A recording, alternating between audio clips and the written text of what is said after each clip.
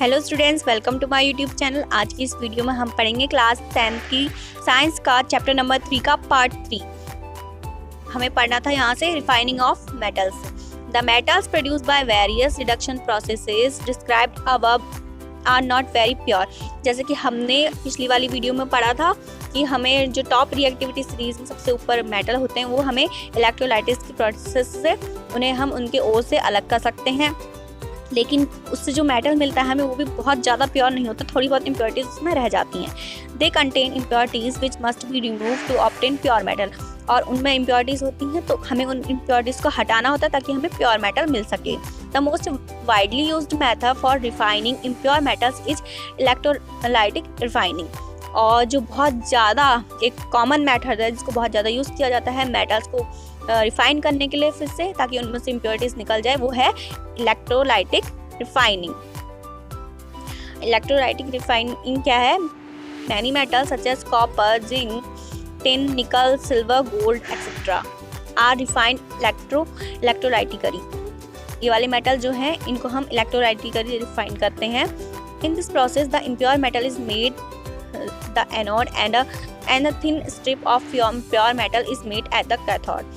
इसमें इस प्रोसेस में जो इम्प्योर मेटल होता है वो कहाँ जाता है? एनोड पे, और जो प्योर होता है वो कहाँ होता है? कैथोड पे। A solution of the metal salt is used as an electrolyte. और इसमें इलेक्ट्रोलाइट के लिए एक मेटल सॉल्ट का यूज़ किया जाता है। The apparatus is set as, जैसे कि ये फिगर में दिखाया गया डायग्राम में, इसी तरह से एपरेटस को हम सेट करते हैं। यहाँ पे किसकी रिफाइनिंग हो रही है? कॉपर की रिफाइनिंग हो रही है। The apparatus is on passing the current through the electrolyte, the pure metal from the anode dissolves into electrolyte। जब हम इसमें करंट पास करते हैं तो जो प्योर मेटल है जो कि एनोड पे, वो डिसॉल्व हो जाता है किस पे? इलेक्ट्रोलाइट पे। N equivalent amount of pure metal from the electrolyte is deposited on the cathode. और उसी अमाउंट पे उतना ही, जितना वहाँ जाता है उतना ही इलेक्ट्रोलाइट कैथोड पे इकट्ठा हो जाता है। The soluble impurities go into the solution. और जो इम्प्योरिटीज ऐसी जो सॉल्युबल हैं वो कहाँ चले जाती हैं? सॉल्यूशन में चले जाती हैं, जो सॉल्यूशन बनाया होता है उसमें। और जो इनसॉल्युबल इम्प्योरिटीज होती हैं वो नीचे बैठ जाती हैं एनोड पे, और उसको हम क्या बोलते हैं? एनोड मड बोलते हैं। जो इनसॉल्युबल इम्प्योरिटीज होती हैं डायग्राम में देख सकते हो, ये देखो यहाँ पे ये वाली इम्प्योरिटीज हैं, इसको हम एनोड मड बोलते हैं। आगे है कोरिजन, जो हमने चैप्टर 1 में पढ़ रखा है, थोड़ा बहुत जाना है उसके बारे में, इसमें डिटेल से बताया गया है। जैसे सिल्वर आर्टिकल्स जो हैं ब्लैक हो जाते हैं, ये भी हमने पढ़ा है जब हम उन्हें एयर में छोड़ देते हैं। ऐसा क्यों होता है? क्योंकि जो सिल्वर के आर्टिकल्स हैं वो सल्फर से रिएक्ट कर लेते हैं एयर की प्रेजेंस में, और उनमें एक जो कोटिंग फॉर्म होती है ब्लैक कलर की, वो किसकी होती है? सिल्वर सल्फाइड की। और जो कॉपर है वो जब मॉइस्ट कार्बन डाइऑक्साइड से रिएक्ट करता है तो वो कैसा बन जाता है? शाइनी ब्राउन हो जाता है। पहले वो शाइनी ब्राउन होता है, लेकिन बाद में कैसा हो जाता है? वो उसमें एक ग्रीन कलर की कोटिंग आ जाती है, और उस ग्रीन कलर के कौन सा सब्सटेंस होता है? वो होता है कॉपर कार्बोनेट होता है, जो कि ग्रीन कोटिंग जो उसके ऊपर लग जाती है वो होती है कॉपर कार्बोनेट की। Iron when exposed to moist air for long time acquires a coating of a brown flaky substance called rust. और हमें पता है जब हम आयरन को बहुत देर तक एयर में छोड़ देते हैं, मॉइस्ट एयर में, तो उसमें एक ब्राउन कलर की कोटिंग आ जाती है, उसे हम बोलते हैं रस्ट, यानी कि जंग। Let us find out the conditions under which iron rust. अब यहाँ पे एक एक्टिविटी करने को बोली है, अब बोला है कि पता करते हैं। इसमें क्या किया है? एक टेस्ट ट्यूब पे, इस पे एयर और वाटर जो है दोनों है, उसमें आयरन की नेल्स यानी कीलें डाली हुई हैं, और एक में जो है सिर्फ खाली वाटर है, और दूसरे में क्या है? सिर्फ और सिर्फ एयर है। तो फिर आगे बोला है इससे हमें क्या रिजल्ट मिलेगा? हम ये देखेंगे कि जो टेस्ट ट्यूब ए है उसमें जंग लग जाती है कील में, और ना इसमें जंग लगती है ना इसमें। तो इससे क्या पता चलता है? जब वो एयर और वाटर दोनों कंबाइन होते हैं तभी वो रस्टिंग करते हैं, तभी वो किसी भी मेटल को कोरेट करते हैं। अकेले एयर या फिर अकेले वाटर जो है किसी भी मेटल को कोरेट नहीं करता है। आगे है प्रिवेंशन ऑफ कॉरिजन। हम कॉरिजन से कैसे प्रिवेंट कर सकते हैं किसी भी मेटल्स को। The rusting of an iron can be prevented by painting, oiling, greasing, galvanising, chrome painting, anodising और मेकिंग ऑलीज। तो हम कैसे बचा सकते हैं? इतनी सारी प्रोसेसेस हैं, इतनी सारी चीज़ें हैं। हम पेंट करके बचा सकते हैं आयरन को, ऑयलिंग करके बचा सकते हैं, ग्रीसिंग करके, गैल्वेनाइजिंग करके, क्रोम प्लेटिंग करके, एनोडाइजिंग करके, या फिर उसके ऑलीज बना के। अब गैल्वेनाइजेशन क्या है? Galvanisation is a method of protecting steel and iron from rusting by coating them with a thin layer of zinc. मतलब गैल्वेनाइजेशन एक ऐसी प्रोसेस है जिससे हम स्टील और आयरन को जंग लगने से बचा सकते हैं। कैसे? उसमें हम अगर एक जिंक की परत चढ़ा दें, पतली जिंक की परत चढ़ानी होती है उसमें। The galvanised article is protected against rusting even if the zinc coating is broken. और जो गैल्वेनाइज्ड आर्टिकल होता है वो प्रोटेक्ट करता है जंग से। अगर जिंक की कोटिंग कभी ब्रोक भी हो जाती, मतलब टूट भी जाएगी, तब भी वो प्रोटेक्ट करेगा। Can you reason this out?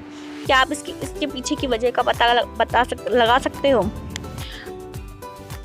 जो ऑलिंग है वो एक काफ़ी अच्छा मेथड है जिससे हम मेटल की प्रॉपर्टीज़ को इम्प्रूव कर सकते हैं। We can get the desired properties by this method. और इस मेथड से हमें उस मेटल की जैसी प्रॉपर्टी हम चाहते हैं, जैसी हमारी डिज़ायर है, हम उस तरह का मेटल मिल जाता है, हमें उसमें उस तरह की प्रॉपर्टीज़ हम ला सकते हैं। जैसे कि iron is the most widely used metal. Iron को सबसे ज़्यादा यूज़ किया जाता है उसका। It is never used in its pure state. Iron को हम कभी भी उसकी प्योर स्टेट में नहीं यूज़ करते हैं। This is because pure iron is very soft and stretches easily when hot. क्योंकि जो प्योर आयरन होता है वो बहुत ज़्यादा सॉफ्ट होता है और स्ट्रेच यानी बहुत जल्दी खिंच भी जाता है जब वो हॉट होता है, गर्म होता है जब। But if it is mixed with small amount of carbon, carbon कितना हो, अगर उसको हम कार्बन के साथ मिक्स कर लें, उसका अमाउंट खाली अगर 0.05% हो, तो वो हार्ड और स्ट्रॉन्ग बन जाता है वही iron. When iron is mixed with nickel and chromium, we get stainless steel. अगर हम आयरन को निकल और क्रोमियम के साथ मिक्स कर दे तो हमें कैसा मिलेगा? स्टेनलेस स्टील मिलेगा। तो अगर कोई पूछे स्टेनलेस स्टील कैसे बनता है, तो वो आयरन के साथ निकल और क्रोमियम को मिक्स करने से बनता है। Which is the hard and does not rust. ये क्या होता है? हार्ड काफ़ी होता है और इसमें जंग भी नहीं लगती है। थस if iron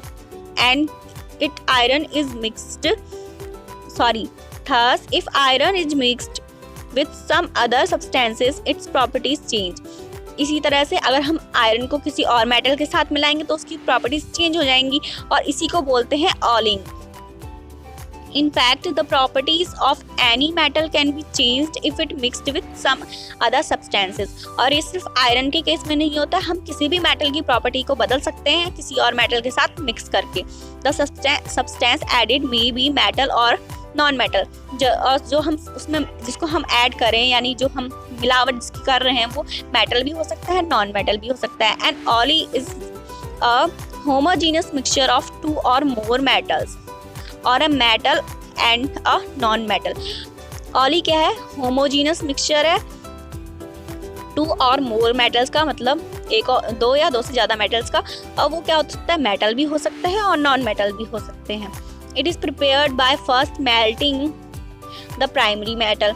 सबसे पहले जो प्राइमरी मेटल है, यानी जो मेन मेटल है उसको हम पहले पिघलाते हैं, फिर उसके बाद उसे और जो दूसरे एलिमेंट हैं उनमें मिक्स करते हैं, डिज़ोल्व करते हैं इन डेफिनेट प्रोपोर्शंस, मतलब डेफिनेट रेशियो में हम उसे मिलाते हैं। Then it is then cooled at room temperature. फिर उसे रूम टेम्परेचर में ठंडा किया जाता है। अब कुछ चाहिए यहाँ पे प्योर गोल्ड के बारे में। Pure gold known as 24 carat gold is very soft. जो 24 कैरेट का गोल्ड होता है वो क्या होता है? बहुत ज़्यादा सॉफ्ट होता है। It is therefore not suitable for making jewellery. इसलिए हम उसकी ज्वेलरी नहीं बना सकते। जो लोग बोलते हैं कि मेरा पूरा 24 कैरेट का है गोल्ड का, मेरी ज्वेलरी 24 कैरेट की है, उसकी असल में 24 कैरेट की नहीं होती, क्योंकि 24 कैरेट की बनी ही नहीं सकती। अगर बनी भी होगी वो बहुत ज़्यादा सॉफ्ट होगी, थोड़े से हमें पिचक जाएगी।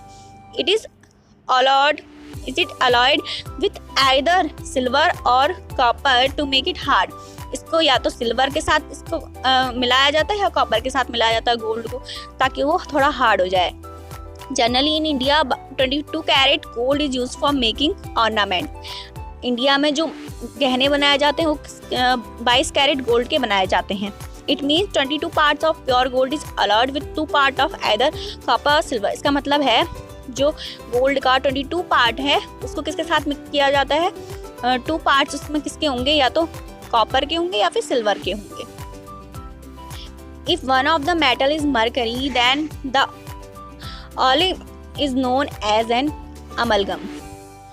अगर उनमें से एक मेटल मरकरी हो तो जो ऑली होगा उसको हम बोल सकते हैं, उसको हम जान सकते हैं as a amalgam. The electrical conductivity and melting point of an alloy is less than that of pure metals. जब हम ऑली बनाते हैं, यानी किसी प्योर मेटल में थोड़ी अमाउंट में कोई और मेटल या नॉन मेटल मिक्स करके ऑली बनाते हैं, तो उसकी इलेक्ट्रिकल कंडक्टिविटी और उसका मेल्टिंग पॉइंट जो है, जो प्योर मेटल है उससे क्या होता है, कम होता है. For example brass and alloy of copper and zinc.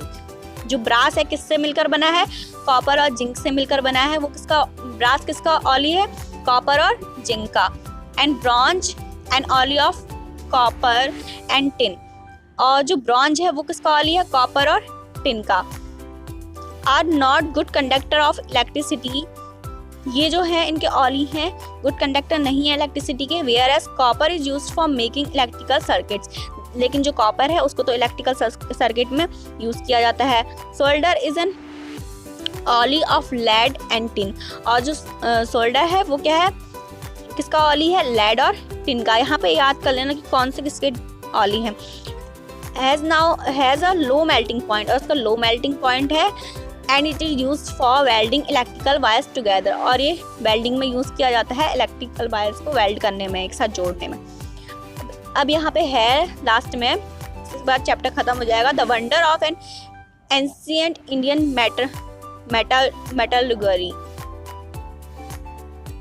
The iron pillar near Qutub Minar in Delhi was built more than 1600 years ago by the iron workers of India.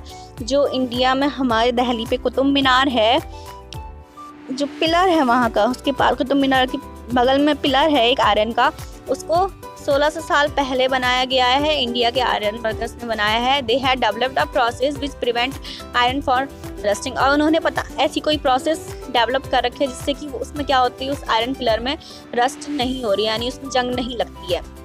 For its quality of rust resistant it has been examined by scientist from all parts of the world. मतलब उसकी जो resistance है, किससे, जंग उसमें जो नहीं लग रही है, उसके लिए बहुत वर्ल्ड के अलग अलग पार्ट से साइंटिस्ट ने इसके बारे में सर्च किया, थोड़ा जाना, उसको देखा कि मतलब ऐसा क्या है जो उसमें जंग नहीं लग रही है. The iron pillar is 8 metre high and weight 6 tons. जो आयरन का पिलर है कुतुब मीनार में कितना है, 8 मीटर ऊंचा, और उसका वेट जो है 6 टन है.